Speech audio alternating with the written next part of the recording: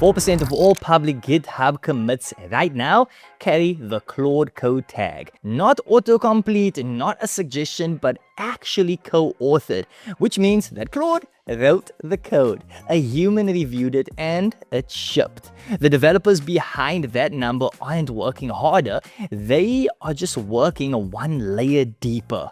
And the difference between those developers isn't skill. One spends the afternoon going through files, re-explaining the project every session, and just babysitting Claude as it builds. The other sets up 7 features at once, and Claude Code just handles all of that automatically. So, in this video, I'm going to show you exactly what those 7 features are. The ones that actually get you ahead of 99% of people currently using Claude Code. We are going to build a real project together from scratch, and I'll show you each feature in real time, in the exact order that you'd actually use them. So, if you want to copy all of my prompts, all of the workflows, then all you need to do is literally just go and check out the free school community. It is down in the description below, but right now, let's jump in. Okay, so we are starting completely from scratch. Okay, so as you can see, this is a fresh folder. There is nothing in it. And before I type in a single prompt, before I ask Claude to write one line of code, I'm setting up feature number 1, okay? This is called the Claude MD file, and it is the single most important thing that you can set up in any Claude Code project. Okay, so basically just think of it like this. Every time you start a new session with Claude Code, Claude wakes up with zero memory of what you were doing before. Okay, so it doesn't know your preferences, it doesn't know your project structure, it doesn't know how you actually like things. So without this file, Claude is basically just guessing every single time. Now, the Claude MD file, it fixes all of that. So it's a simple markdown file that lives in your project folder, and then Claude reads it at the start of every single session, and then you write down your rules. You write it over here once. Things like your tech stack, your naming conventions, your coding style, how you want files structured, and from that point on, Claude just knows. It understands who you are. Now, here's the thing that most people miss. There are actually multiple levels to this. So you can have a personal Claude MD file in your home directory that applies to every project that you ever work on, your universal preference. And then a project level Claude file that adds rules specific to your or to that code base. And then a project level Claude file that adds rules specific to that code base. Your personal defaults plus your project specific rules all loaded every time. So for our first project, I'm going to tell Claude a few things right now. So we are building a web-based habit tracker, vanilla JavaScript, HTML, and CSS, no frameworks, keep it simple. All functions need to be clearly commented, and anytime that Claude saves a file, just follow our naming convention, okay? So I'm going to type /init in the terminal, and this just tells Claude to scan the project and to generate the Claude MD file automatically. And then I'll go in and I'll add my own rules on top, and there it is. Claude.md is now created, and from this moment forward, every session that we open in this project, Claude already knows the rules. All you have to do is just set it up once, and then it runs in the background forever. Now, here's the real power move though. So anytime Claude does something wrong and you correct it, end your message with update your Claude.md so you don't make this mistake again.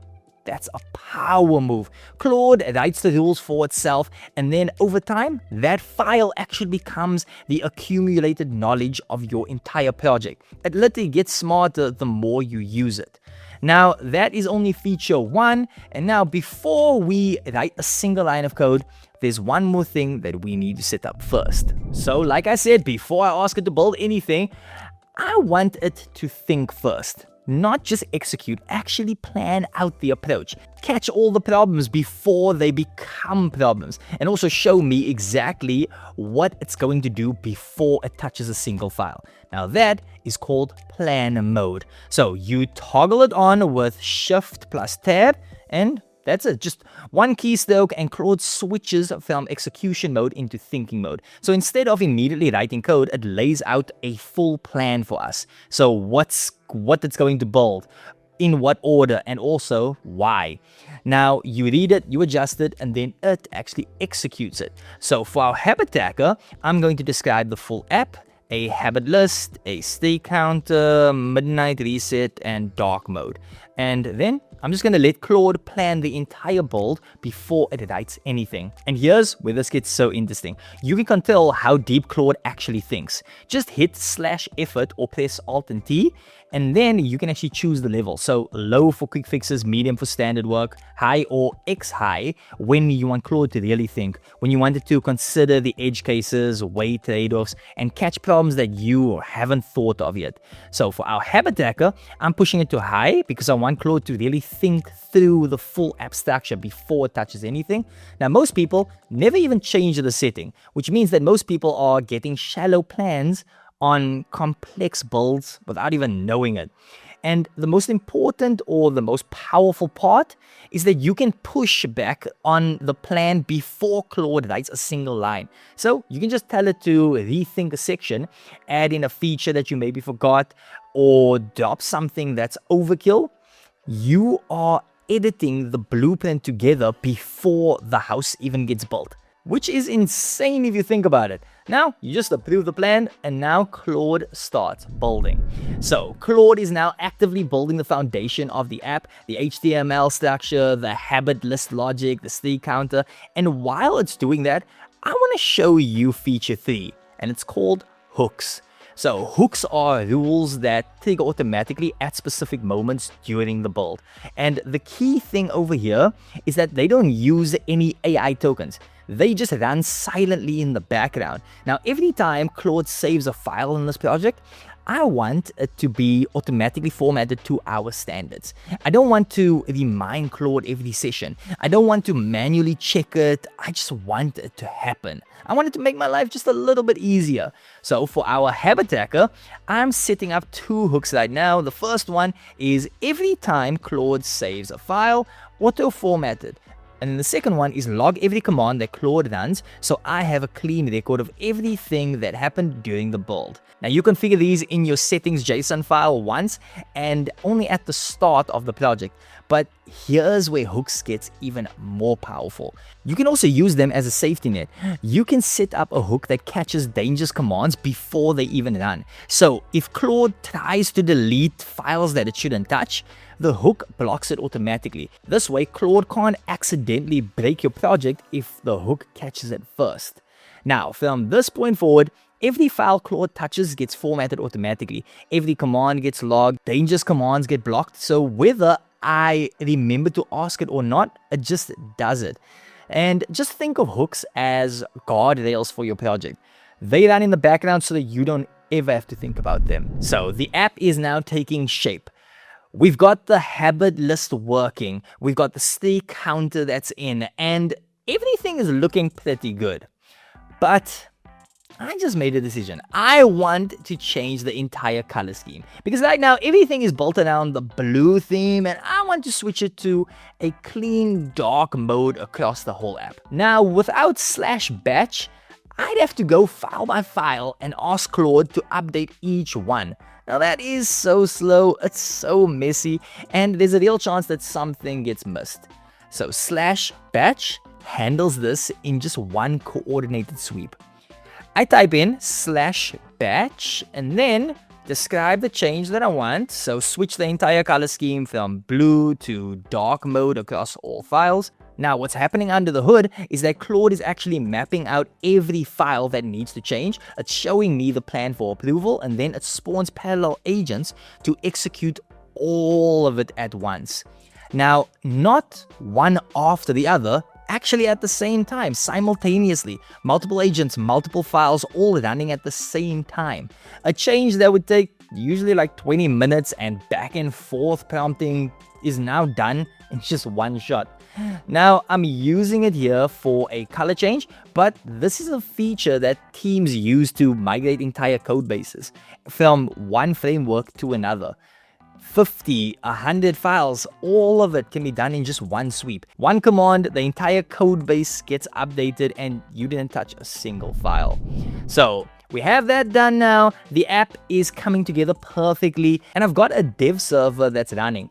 Now Claude is still building, and this is exactly the point in a session where most people just start losing control. The context window fills up. Then Claude starts forgetting things from earlier. Your responses get slower and you've got an idea that you need to drop in, but unfortunately Claude is mid-build.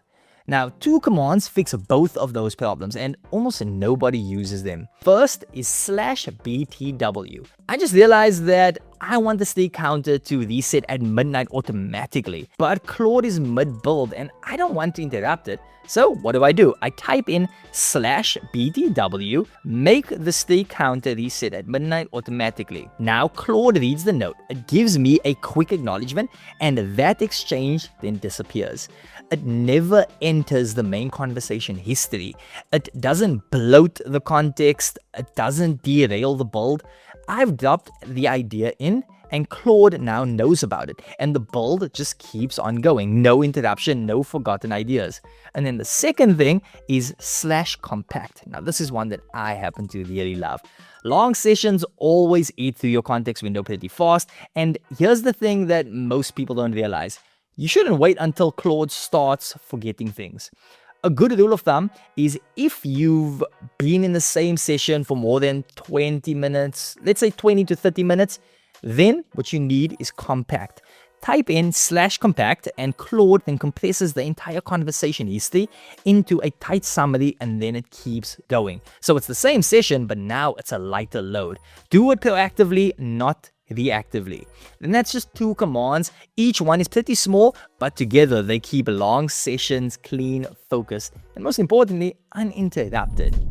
Okay, so the Habitacker is built. It works, and now I want to set up something that runs automatically going forward without me having to think about it.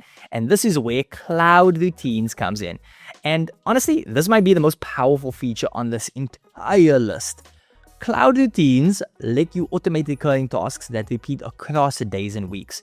And the key thing over here is that they run on Anthropic's cloud infrastructure. Now that means that they run even when your laptop is completely closed. For our Habitacker project, I'm setting up a routine that runs every morning automatically. I want something that reviews any new code changes, commits the progress from the previous day, and opens a GitHub pull request with a clean summary of what changed. Now I want this to happen every single day without me touching anything. And it's not just schedules. You can take the routines on GitHub events too. Every time a pull request opens, Claude automatically reviews it and posts comments. Your repo gets a 24/7 code reviewer that never sleeps. I go into routines, I set it to run on a schedule connected to GitHub, and I write a prompt for what I wanted to do. Now, one thing worth knowing is on the Pro plan, you get 5 routine runs per day. Max plan gets you 15. So plan your routines around that, and I can guarantee you're going to be good. Now, from this point forward, every day my project gets a clean commit and a PR opened automatically. My GitHub stays active. My progress is always saved, and I didn't have to do anything after the initial setup. This is the feature that you set up once your workflow is established, not on day one. Now, once you know your rhythm and you want to take the repetitive work completely off your plate, then you focus on this. Now let's get into the next feature, and this is the last one, and this one solves a problem that I guarantee has happened to you. You are mid-session. Claude is in the middle of something awesome. You've got context filled up. You are in a flow. And then you have to leave. Maybe you needed to step out. Maybe you needed to switch from your desktop to your laptop. Maybe you just wanted to check in from your phone. Now, normally, you would lose it. You close the laptop and all the context is gone. And when you come back, you unfortunately have to start over. Now, here's the fix, and it's called remote control. I type in /remote-control in the terminal, and then Claude generates a URL. I open that URL in the Claude app on my phone, and now I'm connected to my live session. The session is still running on my machine. My code never goes anywhere. Only the chat messages pass through, but I can see exactly what Claude is doing. Send new instructions in, and I can course correct if something goes wrong, all from my phone, while I'm away from my desk. Now, just to be clear about this, your code stays on your machine, nothing gets uploaded, only the chat messages pass through Anthropic servers. Your code base never leaves your desk. So let's zoom out for a second, okay? Look at what we just built. A fully functional habit tracker app built from scratch using 7 features in the exact order they were meant to be used. Now, this is the difference between using Claude Code and actually mastering it. Now, if you want to go even deeper than this, we have a free school community where we share Claude Code workflows, prompts, and automations that we are actually using. The link is down in the description. We already have over 20,000 members there, and I guarantee you are going to love it. But now, since you made it till the end of this video, I'm pretty sure that you liked the video, so give this video a like. Drop a comment down below if there's a specific topic that you want us to cover in one of our upcoming videos. Check out the video that's popping up on the screen right now, and also subscribe to the channel and turn on those bell notifications so that you never miss another upload. And I will catch you on the next one.